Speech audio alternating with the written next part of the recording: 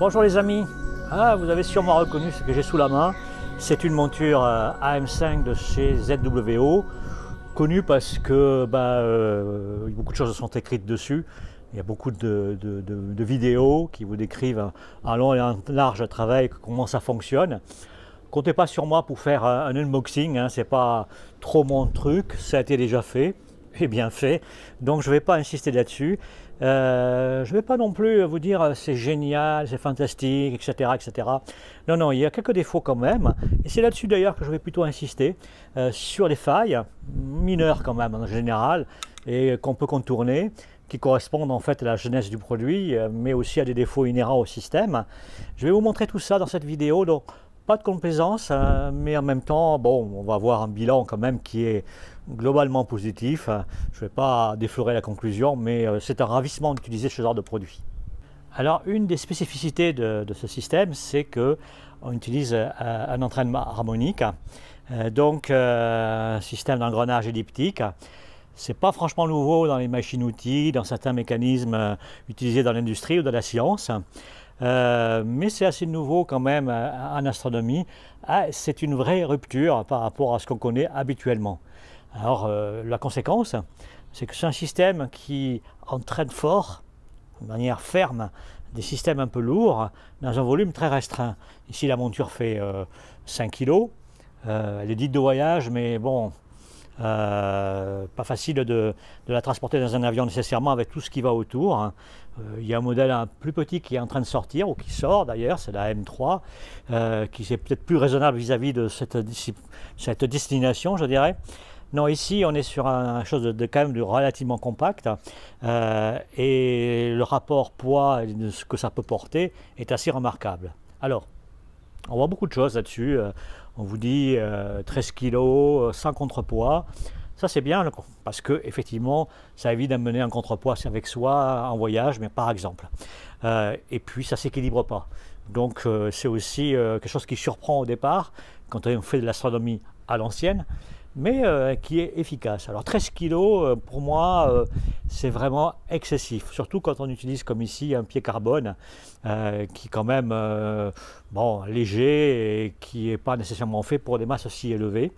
Et puis moi ça me fait toujours peur de monter sur une monture comme celle-ci, des charges qui sont à la limite de ce que spécifie le fabricant. Il y a un peu de marketing dans tout ça, c'est souvent surévalué au niveau de la charge possible. Moi je dis prudence. Alors il est même dit qu'avec un contrepoids on peut aller jusqu'à 20 kg, mais pour moi c'est surréaliste, c'est disproportionné je dirais. Le côté esthétique me choque beaucoup, et l'esthétique, je l'ai souvent dit, c'est quelque chose qui compte quand même en technique aussi, et qui permet de sentir un peu ce qui peut clocher éventuellement dans un dispositif.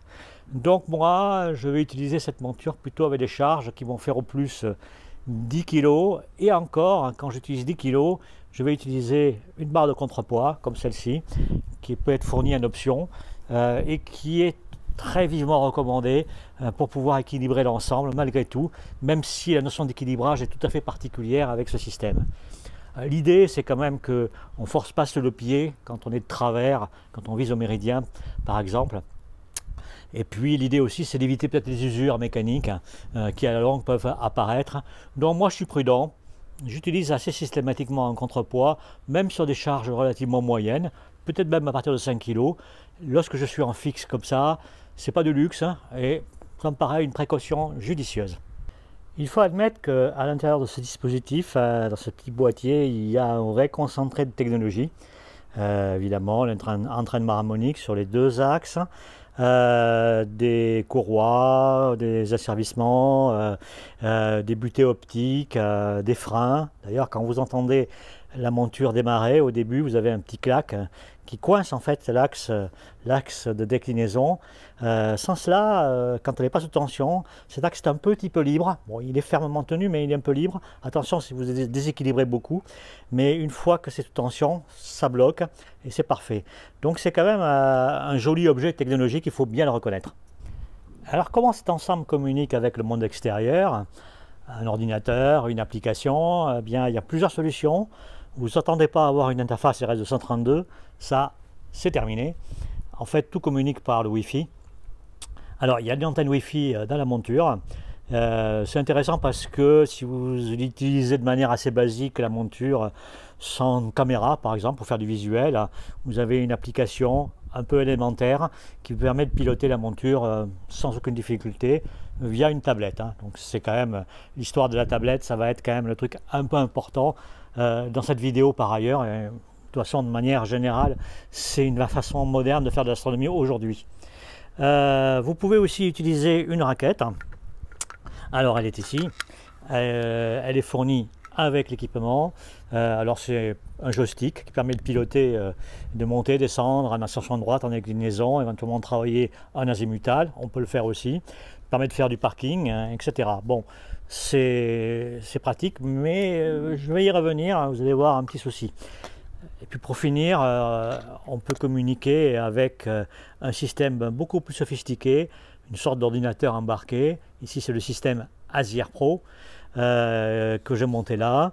Il y a plusieurs modèles, le dernier modèle d'ailleurs fait 250 gigas de mémoire vive interne, donc c'est quand même, c'est pas le top du top au niveau informatique, mais c'est quand même très pratique et très intégré au système, avec beaucoup d'interfaces très commodes. Disons que c'est bien pensé. On peut utiliser l'antenne Wi-Fi qui se trouve là pour communiquer à distance. Maintenant, la fiabilité, c'est pas vraiment ça. Moi, ce que je recommande, c'est d'utiliser ce genre de choses, un répéteur Wi-Fi, mais pas n'importe lequel. Alors là, on a le GLINet, qui est en fait un modèle que j'ai déjà présenté dans une vidéo précédente. Pas cher et très efficace. Alors, et même indispensable parce que toutes les autres solutions que j'ai pu tester, et j'en ai testé beaucoup, voire avec des marques bien connues, c'est des échecs. Ça se déconnecte très vite, systématiquement, donc c'est un cauchemar en fait. Même les solutions recommandées par ZWO ne sont pas efficaces. Donc pensez à ce petit boîtier là, il est vraiment nécessaire et très important avec le système ASIER ici. Pensez pas à l'antenne vraiment. Alors le système ASIER fonctionne avec un logiciel qu'on peut mettre sur une tablette, sur un smartphone. Elle est efficace, on va la voir avec un petit peu de détail. Il existe aussi une application sur PC, mais un peu dégradée en termes de possibilités. Alors attention, c'est quand même bien fait aussi parce que comme on a un entraînement harmonique, il est très puissant et si par malheur la monture se met dans une position telle que ce qu'elle porte va taper dans un pied par exemple, c'est la casse garantie. Il n'y a pas vraiment nécessairement de sécurité pour prévenir de cet événement-là. Donc c'est très critique. Alors l'application ASIER est bien faite parce que quand elle fonctionne et quand on pointe des objets dans le ciel, eh bien il y a effectivement une butée informatique efficace et qui vous empêche de faire des bêtises. Par contre, si vous faites un mouvement à la raquette ou via le paddle sur l'application ASIER, là il n'y a pas de limite. Et attention à ce que vous faites, ça peut être très dangereux. Alors à ce propos, regardez, j'ai entre les mains ici la fameuse raquette ZWO de la M5. Très bien, mais à un moment donné, j'ai commencé à avoir des petits problèmes de suivi. Je suivais bien, et puis tout à coup, ça s'arrêtait, puis de plus fréquemment, de manière intermittente. Puis un beau jour, elle s'est mise à ne plus marcher du tout. Elle s'est mise carrément, informatiquement, en butée, avec un mouvement comme ça, en vitesse rapide. Elle a basculé avec l'instrument dessus, ça a tapé le pied, heureusement une partie en mousse, et puis on a arrêté tout de suite, on a été alerté, on a arrêté tout de suite la tension, mais on n'était pas loin de la catastrophe.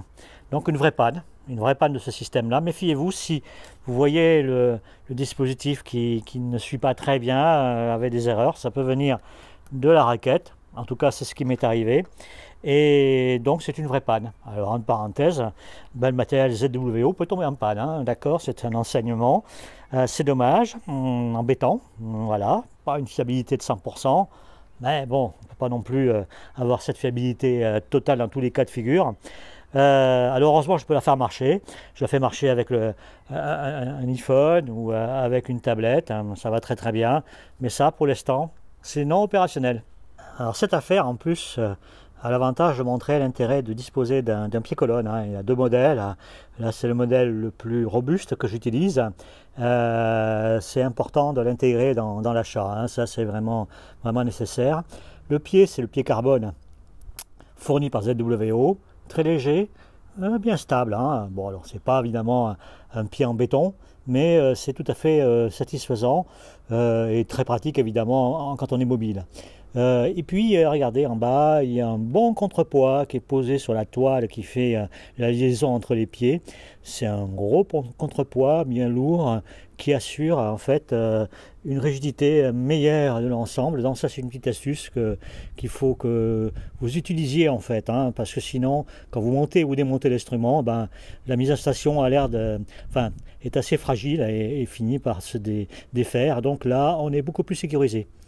Et puis notez aussi les pieds eux-mêmes, il y a des embouts en caoutchouc, mais on peut aussi mettre des pics hein, qui vont dans le sol meuble et qui sont aussi fort pratiques. Un petit problème qui est lié au parking de la monture. Vous savez, le parking, c'est une position de repos qu'on commande et qui permet de mettre la monture de telle manière qu'elle vise le pôle et que le contrepoids ou le pseudo-contrepoids soit vers le bas. Bon, ça marche bien, c'est prévu et c'est très efficace. Enfin efficace, sauf que il y a toujours un petit décalage par rapport au dernier pointage que vous avez fait. Et quand vous reprenez la monture, que vous la mettez sous tension, vous ne vous retrouverez pas exactement là où vous penseriez être au départ bien réglé. Et puis finalement, au redémarrage, pas vraiment. Ça signifie qu'en fait, il y a un problème dans la butée. Alors c'est une butée optique hein, qui est très bien faite, hein, c'est fiable, mais il y a un petit offset, un petit décalage. Et on ne peut pas le régler. En fait, on ne peut pas le régler. Il semblerait que l'application simple qui consiste à piloter la monture a cette possibilité de réglage, mais c'est un réglage seulement visuel dont la précision est hors de propos par rapport à ce que l'on cherche. Alors c'est un défaut, mais c'est un demi-défaut parce que le plug solving, c'est-à-dire la capacité que la monture a à se repérer dans le ciel à partir d'une seule image, une image grand champ, est tellement efficace que même si on démarre mal, on se retrouve tout de suite dès le premier coup avec une solution pour se mettre sur les vraies coordonnées célestes. Donc c'est vite réglé. Mais enfin, il faut savoir que ici, il y aurait peut-être pu avoir un petit effort au niveau des réglages informatiques du zéro de la monture en parking. Du côté de la mise à station, les choses se présentent très bien. Bon, il y a des niveaux à bulles ici, bon, il y en a deux, c'est bien. Moi, je préfère mettre un niveau de chantier hein, pour faire ce réglage d'assiette de l'ensemble de la monture. Les actionneurs pour déplacer en azimut et en hauteur ici, pour moi, c'est très bien fait. J'ai vu bien pire. Contrairement à ce qu'on peut lire ci et là, moi je trouve que c'est génial. Et d'autant plus génial qu'en plus il y a cette application sur iPhone ou sur tablette associée donc au système ASIER qui vous permet de faire un réglage très visuel et très immédiat. Alors c'est capital de mon point de vue parce que lorsqu'on est en nomade ou qu'on se met en station comme cela sur le terrain rapidement, on veut vite observer le ciel, on est gâté en fait. Pour moi, mise en place, mise en station, tout ça, à un quart d'heure, c'est fait. Et ça, c'est très remarquable. Alors, pareillement, pour ce qui concerne les serrages, une fois qu'on est en station, une fois qu'on a fait le réglage, je trouve ça extrêmement préhensible et fiable aussi, hein, contrairement à ce qu'on peut lire parfois. Je trouve que c'est une réussite. Hein. Donc ici aussi, rien à dire, parfait. Alors bien sûr, en application purement nomade, hein, il faut prévoir la batterie de voiture ou alors une batterie portable de ce type-là, 15 ampères par exemple, qui permet, avec une monture qui consomme à peu près 7 watts en mode continu, de travailler largement toute la nuit. Deux ou trois petites choses encore pour achever cette description avant de passer à des tests. D'abord, une très bonne connectique, hein, bien disposée, avec la capacité ici d'alimenter les appareils que l'on positionne sur cette monture. Ça, c'est vraiment bien fait. Moi, je trouve ça très propre. Le silence aussi de la monture. Elle ne fait pas de bruit, très peu de bruit lorsqu'elle tourne, lorsqu'elle fonctionne. Ça peut être intéressant lorsqu'on est en milieu urbain, avec du voisinage. Parfait. Enfin, je voudrais terminer sur l'idée du poids que l'on met sur cette monture. J'en ai déjà parlé. Il ne faut pas demander plus que ce qu'elle peut faire.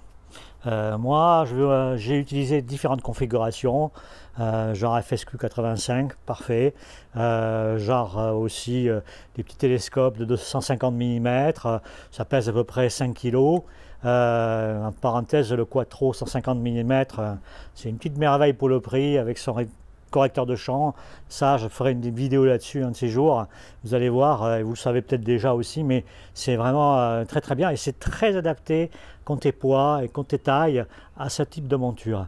J'ai monté aussi un 200 mm Kepler. Alors là, on est plus haut, on est autour de 11 kg avec un très bon porte-oculaire, contrairement au défaut du Quattro 150 mm dont je vais me parler, où là c'est un peu fragile, mais là il y avait du poids et donc du coup pour moi c'est déjà presque une limite, en tout cas contrepoids indispensable.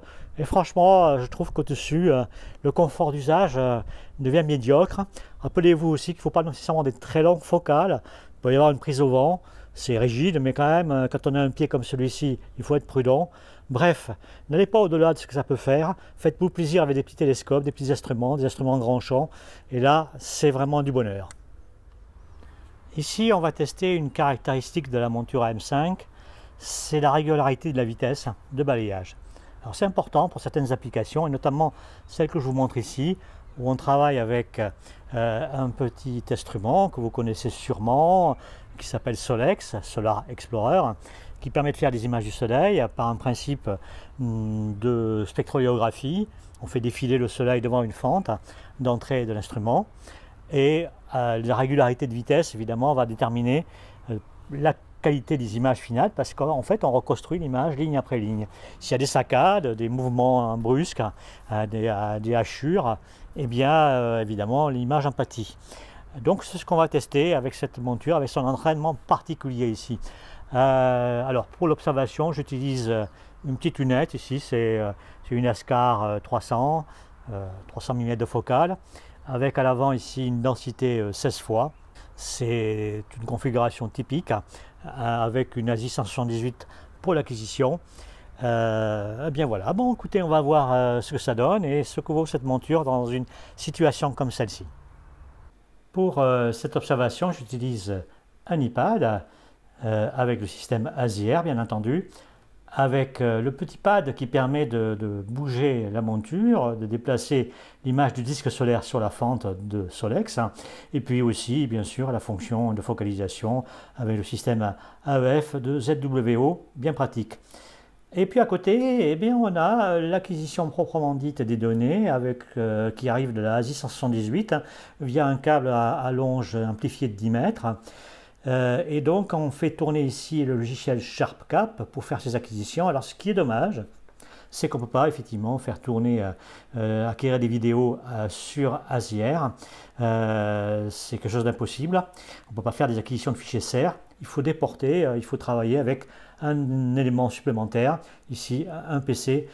Alors, écoutez, on ne va pas détailler ça vraiment particulièrement, hein, c'est assez connu. On a ici un crop qui isole la RH alpha, la raie de l'hydrogène du soleil, du spectre solaire. À cet endroit-là, la raie, c'est l'élément un peu courbe qu'on voit vers le centre. Eh bien, tout simplement, on agit sur le système ASIR et donc sur la monture elle-même. On va sortir le disque solaire de la fente d'un côté. Voilà, le disque est sorti. On va lancer une acquisition, on fait une capture et on démarre l'acquisition et on va aller de l'autre côté avec le bouton opposé pour faire passer le disque sur la fente. On voit les taches solaires, des protubérances, pas mal de détails qui passent et voilà, c'est déjà fini. Alors c'est extrêmement rapide hein, avec les vitesses que j'utilise ici. Je vais vous montrer tout de suite le résultat parce que le cycle entre l'acquisition et le traitement est vraiment rapide. Alors j'utilise le logiciel Inti de Valérie Desnoux qui permet de réaliser le traitement de manière vraiment transparente. Malgré la complexité des opérations, ça va extrêmement vite. C'est parti. Il y a un petit affichage ici du spectre qui s'affiche, mais voici l'image qu'on vient de faire à l'instant avec les protubérances, un gros filament ici, des plages faculaires, des éruptions, etc. On peut même voir sur le bord ici les protubérances solaires. Voilà, donc c'est classique, mais toujours aussi spectaculaire. Au niveau de l'usage, j'ai travaillé ici avec une vitesse de balayage assez rapide, hein, 20 fois, vous avez vu L'observation se passe très rapidement. Je suis à 20 fois la vitesse sidérale. La vitesse juste en dessous, c'est 8 fois, en l'occurrence. C'est pas très bien décomposé. On aurait voulu avoir une vitesse 16 fois, par exemple. Là, c'est un défaut du système ASIER. Clairement, ils n'ont pas fait beaucoup d'efforts, nos amis, pour réaliser une gradation plus segmentée. Et on verra même qu'il va nous manquer des vitesses en dessous de 1 fois tout à l'heure. Donc, c'est un peu dommage. Mais bon, 20 fois, ça marche pas mal. On a des bons résultats. Donc, ce qu'on peut conclure ici, c'est que le balayage se fait régulièrement et malgré la motorisation ou grâce à la motorisation, on pouvait être inquiet. Il y a quand même un système d'entraînement à courroie quand même là-dedans qui donne quand même un résultat très satisfaisant. Donc du coup, on peut dire que c'est validé. On peut travailler avec une monture comme celle-ci sur des scans solaires. En tout cas, à ces vitesses-là et ces focales-là, ça marche extrêmement bien. Alors, pour pousser une monture dans ses derniers retranchements et plus globalement un système d'observation, la spectro c'est pas mal. C'est pas que c'est compliqué la spectro, mais ça amène à utiliser des fonctions du logiciel pas obligatoirement usuelles et d'aller voir des choses un peu particulières. Des choses particulières qui vous seront peut-être utiles aussi si vous faites de l'astrophotographie. Donc regardez la suite. Alors là ici une lunette 100 ED de Skywatcher, 100 mm de diamètre, 900 de focale. On va travailler pas mal avec cet équipement. Au foyer, un spectrographe Starex en configuration dite haute résolution spectrale. On ne voit qu'un bout du spectre, mais très détaillé. Et puis bien sûr, toujours associé avec la monture AM5, un système ASIER qui va être omniprésent dans notre description. Ce que vous avez à l'écran, c'est l'image d'une étoile de magnitude 3 environ. Elle est vue au travers de la caméra Z290 qui se trouve sur le chercheur EvoGuide. Et à présent, on va aller chercher ce qui se passe sur la caméra de guidage proprement dite du spectrographe, donc qui est aussi d'ailleurs une Z290. Il peut y avoir un conflit de noms, mais bon, on va s'en sortir. Et donc, on va voir effectivement ce que voit exactement le spectrographe lorsqu'on fait ses acquisitions. Alors, il faut changer de caméra, c'est jamais très agréable, parce que bon, il faut décommuter l'une, il faut choisir la suivante, il faut la recommuter. On aurait pu être beaucoup plus rapide dans l'ergonomie. Monsieur ZWO, là, vous n'avez pas fait extrêmement fort. Et voici donc le champ que voit la caméra interne de guidage du spectrographe Starex. On voit l'étoile, on voit une fente, la fente horizontale ici. Elle est visible parce que le fond de ciel est brillant, il y a la lune, c'est la pleine lune, on est avec les lumières de la pollution d'Antibes, donc elle apparaît bien en filigrane. Elle fait que 19 microns linéaires au foyer de la lunette de 100 mm. On peut essayer de poser un peu plus et d'agrandir aussi l'image. Ça c'est facile avec un iPad. Et donc on voit effectivement à la fois l'étoile et à la fois la fente. Et le but du jeu, c'est d'amener l'étoile à la fente, sachant que l'axe des ascensions droites est horizontal et l'axe des déclinaisons est vertical. Donc on va appuyer sur le bouton de déclinaison pour amener l'étoile sur la fente progressivement. On en a profité pour raccourcir un peu le temps de pause pour que ça aille plus vite. Et puis par petite touche, donc on amène l'étoile vers le bas, vers la fente qu'on devine encore un petit peu. Et à un moment donné, l'étoile va passer sur la fente, ça va être le moment intéressant, et ça veut dire que sa lumière va rentrer dans le spectrographe. C'est dans cette position qu'on va pouvoir faire justement les observations. Et bien maintenant, on va sélectionner l'autoguidage. On sélectionne d'abord la caméra qui nous intéresse, celle du spectrographe bien sûr, mais bon, il faut faire toujours attention, il faut sélectionner la bonne, déconnecter l'une, reconnecter l'autre. Bon, c'est pas un modèle encore une fois d'ergonomie, bien adapté peut-être à la photographie, mais pour ce qu'on fait ici, bon, c'est pas génial, mais on y arrive quand même, voilà. Et puis ensuite, on va sélectionner le menu, enfin la fonction d'autoguidage proprement dite, et là, on se retrouve avec un écran vierge. On va sélectionner une pause d'une seconde et c'est parti en mode continu, mais cette fois-ci donc en mode autoguidage. Et là, on voit l'étoile, mais c'est dommage parce que on n'a pas le zoom, on n'a pas la possibilité de régler le contraste. Ça, c'est un vrai défaut par rapport au mode preview précédent. C'est bien dommage qu'ils n'aient pas implémenté ça. Et notez cette astuce propre à l'iPad. 3 doigts qui tapotent sur l'écran nous fait apparaître une loupe. On peut la positionner sur l'étoile Et donc on a une vision quand même un peu plus agréable de ce qui se passe. On voit que l'étoile est légèrement au-dessus de la fente, hein, donc elle n'est pas bien positionnée. Et donc on aimerait bien pouvoir la déplacer vers le bas ici pour pouvoir donc la mettre sur la fente. Et là c'est le malheur, c'est qu'il n'y a pas de mouvement possible sur la raquette du télescope. Vous voyez, c'est absent de cette configuration d'autoguidage, un gros manque. Et alors donc, il y a une astuce quand même, et c'est celle que je vais vous présenter maintenant. Je profite ici du fait que l'on peut brancher eh bien deux tablettes, ou une tablette et un iPhone, un smartphone sur le même ASIER simultanément. Donc, c'est quelque chose qui n'est pas très connu, hein, mais on peut le faire. Alors, vous voyez ici une tablette dans laquelle j'ai mis donc l'interface ASIER, mais avec un autre contexte. Alors, je suis en mode prévu dans l'un et en mode guidage dans l'autre. C'est le même boîtier, ce sont les mêmes caméras qui sont connectées, mais les deux sont complètement indépendants. Donc on peut agir sur un mode preview en même temps qu'on est en mode guidage. Ça, c'est très très précieux. Je pense que vous avez bien compris le parti qu'on a tiré de cette affaire, hein. Il suffit à présent de toucher sur le pad de la deuxième interface qu'on vient d'ouvrir, smartphone ou tablette ici. Et donc on va déplacer l'étoile et on peut la voir en même temps sur l'écran d'autoguidage. Ça c'est extrêmement pratique. Alors en plus on bénéficie de la possibilité classique sur ASIER de changer le gain, de changer le temps de pause à la volée. Ça c'est bien agréable. Ou alors même de faire apparaître en tapant sur l'étoile une loupe qui montre mieux encore les choses, en plus de la loupe qu'on a ouvert propre à l'iPad.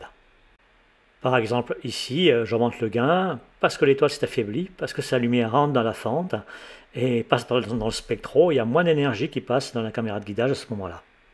Et c'est ici que le système ASIER me pose le plus de soucis. Ça, c'est bien dommage, parce que pour bien centrer l'étoile, il faut aller très finement en mouvement. Et la vitesse minimale que j'ai, c'est une fois le sidéral. Et c'est vraiment un peu juste. Alors là, j'ai une focale de 900 mm, pas loin d'un mètre. Ça va encore, on a encore un peu de sensibilité, mais si j'avais une focale de 2 mètres, alors là c'est fini, ça ne marche plus. Donc ça confirme une chose, hein, c'est que cette affaire-là, ce système avec cette monture-là, c'est plutôt pour les courtes focales, on va dire jusqu'à 1 mètre, pour la spectro en tout cas, bien sûr, et en dessus, souci. Et ça c'est vraiment regrettable, parce qu'il ne suffisait pas grand-chose pour ajouter une vitesse 0,5 fois ou 0,25.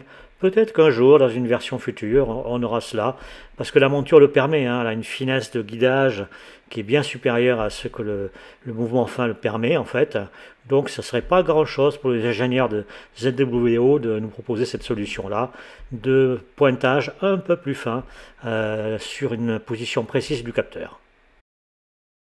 L'étoile est à présent centrée sur la fente, on y arrive quand même, et puis on passe en mode autoguidage, et là, écoutez, ça marche tout seul derrière, ça guide bien. Alors ce qu'on voit, c'est les deux lèvres de la fente dans la loupe, là-haut, qui font encore une fois 19 microns de large. On voit l'étoile dans la fente encore au centre, comme un point, parce qu'une partie de la lumière se réfléchit en fait sur une vitre qui supporte la fente, mais ça permet aussi, ça peut aider aussi à mieux autoguider. Voilà, donc là on est vraiment dans le classique de l'imagerie ciel profond, on guide sur une étoile, bon un peu particulière au niveau de sa forme, mais cela fonctionne. Alors une particularité aussi intéressante, c'est que non seulement on peut donc centrer l'image, etc., mais on peut aussi se servir de la focalisation pour améliorer celle-ci à la volée, toujours pareil avec notre deuxième interface que l'on a ouvert. Donc ça c'est extrêmement précieux, très très commode bien entendu.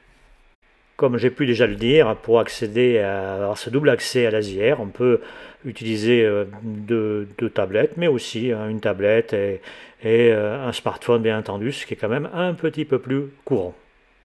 Normalement à ce stade, on peut acquérir des données spectrales, des données dites science, avec la caméra dédiée pour cela, ici une ASI 533 mm. Mais les problèmes surgissent à nouveau. L'ASIER ne supporte que 2 caméras, et encore, mais pas une troisième et surtout pas une caméra refroidie qui marche en permanence. Actuellement, on a déjà branché une caméra pour le chercheur et une caméra pour l'autoguidage du Spectro. Malheureusement, il nous manque la capacité d'acquérir les données sur le même ASIR des données sciences. Et donc, il faut se résigner soit à utiliser un deuxième boîtier ASIR que l'on met à côté du premier, indépendant, qu'on peut piloter aussi sur tablette ou sur smartphone. Bon, pourquoi pas, ça fonctionne. Mais on peut aussi utiliser un ordinateur type PC standard qu'on relie à la caméra principale avec un câble, par exemple ici un câble USB, longue distance, 10 mètres, amplifié, qui marche bien. Bon, mais on casse un petit peu le mythe d'un système intégralement ASIR. C'est un peu dommage. Alors en contrepartie, on bénéficie ici du logiciel Prism pour les acquisitions, qui est très agréable à utiliser par ailleurs parce qu'il est fait vraiment pour ça. On voit les données spectrales qui s'affichent correctement, le stockage est judicieux, enfin il y a plein de facilités. Donc on est un peu gagnant dans une certaine mesure, mais enfin c'est quand même un petit peu dommage. Donc pour résumer, eh bien, il nous faut un ASIR pour faire ici le pointage, le pilotage de la monture, le plate solving qui est très efficace pour faire un centrage sur la fente, pour faire l'autoguidage, fort correct en fait, même en spectro, hein, c'est pas mal. Et un deuxième ordinateur, alors soit un ASIR de plus, soit un PC pour faire des acquisitions par ailleurs. Dans ce mode particulier ici, mais enfin qui est assez classique en spectro, où on utilise un spectrographe à fente qui exige un positionnement précis des étoiles sur cette fameuse fente. Toute autre chose à présent. Alors le système ASIR est bien réputé par rapport au fait que il est assez agréable de trouver un objet désigné sur une carte par exemple ou dans une liste comme par exemple ici la liste des objets Messier. Donc ça c'est quand même très performant, très intégré, parfait. La difficulté vient quand on veut pointer un objet qui n'est pas dans les catalogues et qui n'est connu que par ses coordonnées équatoriales, l'ascension droite et la déclinaison. Et à ce moment-là, ça devient plus dur. Alors, on va comprendre pourquoi. Alors, nos amis ont prévu quand même cette possibilité chez ZWO, mais il faut donc relever d'abord les coordonnées équatoriales. Alors, par exemple, ici, on pointe l'étoile T CRB.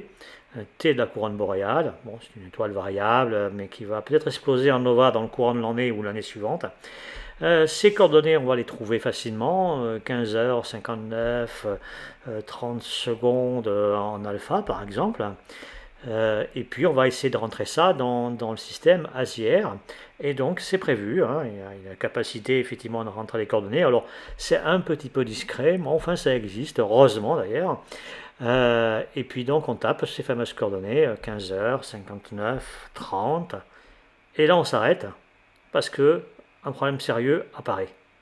Le souci auquel on est confronté à présent, bien c'est tout simplement que les fameuses roues qu'on voit là acceptent des coordonnées, mais c'est des coordonnées du jour. C'est pas l'Equinox 2000 qui est en général l'Equinox utilisé dans tous les logiciels, on va dire un peu sérieux, et qui permettent effectivement d'avoir une référence commune et qu'on retrouve dans les catalogues, sur les cartes, etc. Ici, on est en coordonnées apparentes du jour. C'est une catastrophe. Ça veut dire qu'en fait, il va falloir convertir les données 2000 du catalogue en coordonnées du jour. Alors on utilise pour ça une application internet par exemple, mais enfin vous imaginez la lourdeur. Il faut préparer ça à l'avance, on écrit ça sur un bout de papier, et c'est finalement ces coordonnées 2023 d'espace ici qu'on va devoir rentrer sur les roues codeuses. Voilà, on peut faire plus simple. C'est pas en fait très sérieux. Voilà. Allez, venons-en à quelque chose d'un peu plus positif.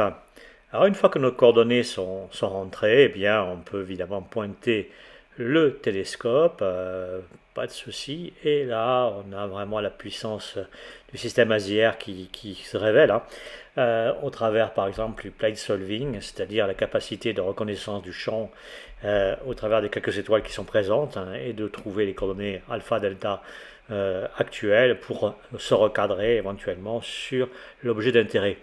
Donc ça c'est quand même très rapide. Alors regardez, en 0,2 secondes, enfin une fraction de seconde, hein, disons en moins d'une seconde, il trouve. Il trouve aussi la focale, même si on l'a donné approximativement, il sait se débrouiller avec ça. On peut être relativement loin, ça passe bien aussi. Évidemment, il ne faut pas avoir une focale trop longue. Je dirais que jusqu'à 500 mm de focale, avec les caméras classiques, et jusqu'à 600 éventuellement, ça marche. Donc c'est les bons chercheurs. Quelques télescopes à focale courte. Bien sûr, si on a 1 mètre de focale ou 1,50 m, ce n'est plus possible. Il faut avoir vraiment un chercheur auxiliaire pour réaliser cette fonction-là. Mais elle est quand même très spectaculaire et il faut reconnaître que c'est un vrai confort. Eh bien, on synchronise et on fait le go to, on va vers l'objet, voilà, on fait une cause relativement courte. On va essayer de trouver donc T de la couronne boréale. Alors, c'est un objet pas si simple que ça à trouver, à magnitude 13. Alors, il est dans le champ, hein, il est même pas loin du réticule. Si on retire la croix, c'est bien cette étoile-là que l'on voit ici.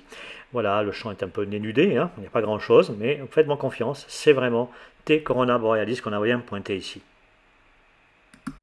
Un petit truc, si vous êtes astrophotographe, que vous connaissez bien, ça consiste à acquérir avec, bien sûr, une caméra principale, on va dire, hein, et en même temps, derrière, autoguidée. Alors, en ce qui concerne la caméra principale, en fait, c'est pas vraiment la caméra essentielle qui fait l'acquisition des spectres, c'est celle qui est devant le spectrographe, devant Starex, et qui donc est la caméra de guidage du spectro. On voit la fente ici et on devine l'étoile vers le centre ici. Alors remarquez que c'est complètement neutre, il n'y a pas d'étoile autour, il y a de la lune, il y a des nuages, pas trop de chance. C'est un cas assez exceptionnel, hein. L'étoile est magnitude 13, elle est particulièrement atténuée parce qu'en plus elle rentre dans la fente, hein, ici, et donc sa lumière, l'essentiel, rentre dans le spectrographe, seulement qu'une fraction sort. Alors, on s'est arrangé pour la centrer au mieux. Et alors, ce qui est intéressant, c'est ce qui se passe ici. Là, on est sur l'instrument parallèle à la lunette 100 ED, c'est l'EvoGuide. Alors, comme son nom l'indique, il sert à pointer, mais aussi à guider. C'est une solution très classique. Ici, on fait un guidage multistar, bon, qui est utilisé par pas mal de logiciels. On trouve ça sur PhD Guiding, par exemple, mais on le trouve aussi sur ASIR. Comme par hasard, il y a des similitudes. Et donc, c'est un guidage très précis. Alors, il vaut mieux parce qu'ici, on a une focale de 900 mm sur la 100 ED, tandis que sur les EvoGuide, on a 253, 254 mm seulement. Du coup, il faut avoir une précision de guidage très fine, et on l'obtient avec le multistar. Il fait une sorte de moyenne de la position des étoiles, et donc finalement, il guide à mieux que la seconde d'arc, hein, c'est ce qu'on devine ici, ce qui est très, très favorable. Et donc, on peut maintenir l'étoile à l'intérieur de notre fente, ici, de 10 microns de large. Alors, ça, c'est une configuration vraiment classique en photographie. On fait souvent ça avec, ici, un instrument, une caméra, hein, de prise de vue du ciel, et puis le guidage en parallèle avec un petite lunette. Et il y a une difficulté supplémentaire en spectro, c'est que non seulement il faut bien guider, il ne faut pas qu'il y ait de différentiel entre les deux aussi, des flexions mécaniques relatives, mais en plus il faut centrer l'étoile à un endroit bien précis, hein, quand on fait le guidage. Ici, cet endroit-là, c'est une zone du capteur de guidage qui correspond donc à une image de la fente qui ne fait que 19 microns de large, donc c'est pas beaucoup, mais en fait on y parvient malgré tout. Voilà, donc bon, c'est un cas un peu extrême, mais bon, c'est une possibilité dans des situations difficiles. Et voici le spectre qui vient de sortir dans les conditions que je vais vous montrer l'acquisition, c'est-à-dire donc avec un guidage sur un instrument de courte focale par rapport à l'instrument principal, avec une fente étroite. Et voici le spectre donc de TCRB, T couronne boréale, la région de l'hydrogène ici, et on voit l'arrêt de l'hydrogène ici vers le centre. C'est là qu'il va sûrement se passer des choses quand l'activité va devenir forte.